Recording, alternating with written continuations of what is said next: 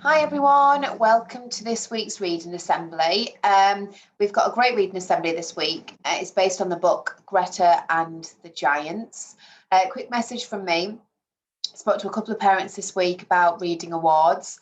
Please make sure that you are emailing the help email to let me know if your child has completed their reading passport. I will then write them a certificate, and then you can come and collect that as well as another reading passport. So you're more than welcome. There's loads there, so please do. I'll make sure that I can tweet it as well and celebrate them. Just to clarify, it's the end of every term that the reading award and the passport to reading prizes get handed out. So that will be before Easter. Okay, so hopefully all of the children, fingers crossed, will be back by then, so I can give them out like I did around Christmas time. Until then, it'll be our certificates for now. Okay, so we're going to start. Sit back and enjoy. Greta and the Giants. It's based on Greta Thunberg, who is a climate change activist, someone that I've discussed with the Year Sixes this week. And she is really a revolutionary person for her decade because she is representing the young people of society and awakening all of our ideas and thoughts about climate change and the importance that we play in preventing global warming happening. Okay. So I'm going to read the book. I'll just read you the blurb so you have a bit more of an idea about what it's like. I just have to do a big shout out to Miss Tip Lady because this is actually her book that she was gifted from Amazon, and she's lent me it, which is really lovely of her. So thank you, Miss. So Greta lives in a beautiful forest threatened by giants. When the giants first came to the forest, they chopped down the trees to make their homes. Then they chopped down more trees and made even bigger homes. Houses grew into towns and the towns grew into cities. Until now, there's hardly any forest left. Luckily, Greta has an idea. This inspiring picture book retells the story of Nobel Peace Prize nominee Greta Thunberg for very young children. Okay, and it's even printed on recyclable paper, which is great. It says, by buying a copy of this book, you are making a donation of 3% of the cover price to Greenpeace UK. See that back there. Right, so let's get going. I can't wait to have a read of this story. So here we go. There was once a girl who lived at the heart of a beautiful forest. Her name was Greta. One morning, things weren't quite as they should be. Greta stepped out into her garden, and there, huddled together in the shadows of the trees, were all the animals of the forest. A soft, silvery brown wolf stepped forward, with his tail low to the ground. "Please help us," he whispered.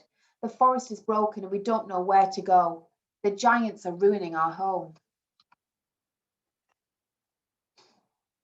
The giants had always been there for as long as Greta could remember, but now they were worse than ever. They were huge, lumbering oafs, and they were always busy. They chopped down trees to build homes. Then they chopped down more trees and built bigger homes.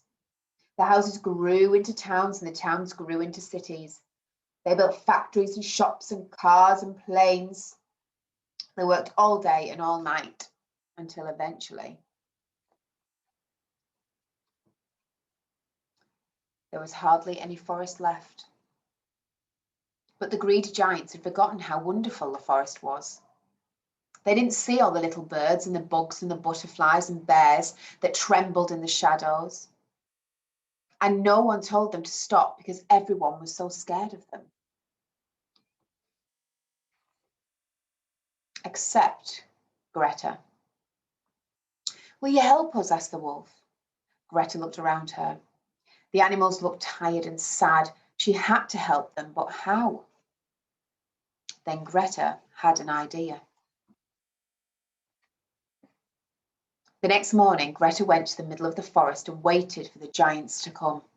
She stood alone, holding a big sign. The sign said, "Stop." She waited, and she waited. On the first day, the giants didn't see her and lumbered on by, and on the second and third too. But on the fourth day, something strange happened. A little boy who had been watching Greta made a sign and came and sat down next to her. He didn't say much, but Greta knew he felt like she did.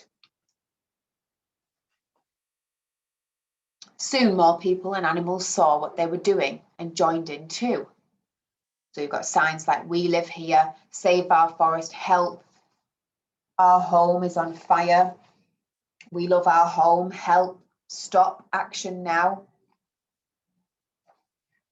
There's lots of people there joining Greta's cause. Before long, a huge crowd filled the forest, stretching out to the city and the roads beyond. They stood together and they waited. The crowd was huge.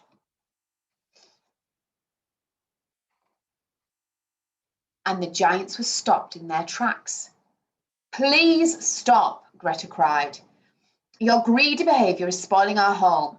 You've broken the trees and trampled the flowers, and now the bees and the birds have flown away. These animals are homeless and our forest is dying." After Greta had spoken, everything was silent. But then everyone in the crowd began to shout, "The smoke from your fires is choking the air, and stop cutting down our trees. You can help plant some new ones and mend my home. We need to take care of our forest and live together. Will you please try?" they all said. The giants shuffled and fidgeted and stomped their feet on the ground. They were embarrassed and a little bit sad. You see, the giants were so busy building, they didn't see what they were doing to the forest or the animals who lived there.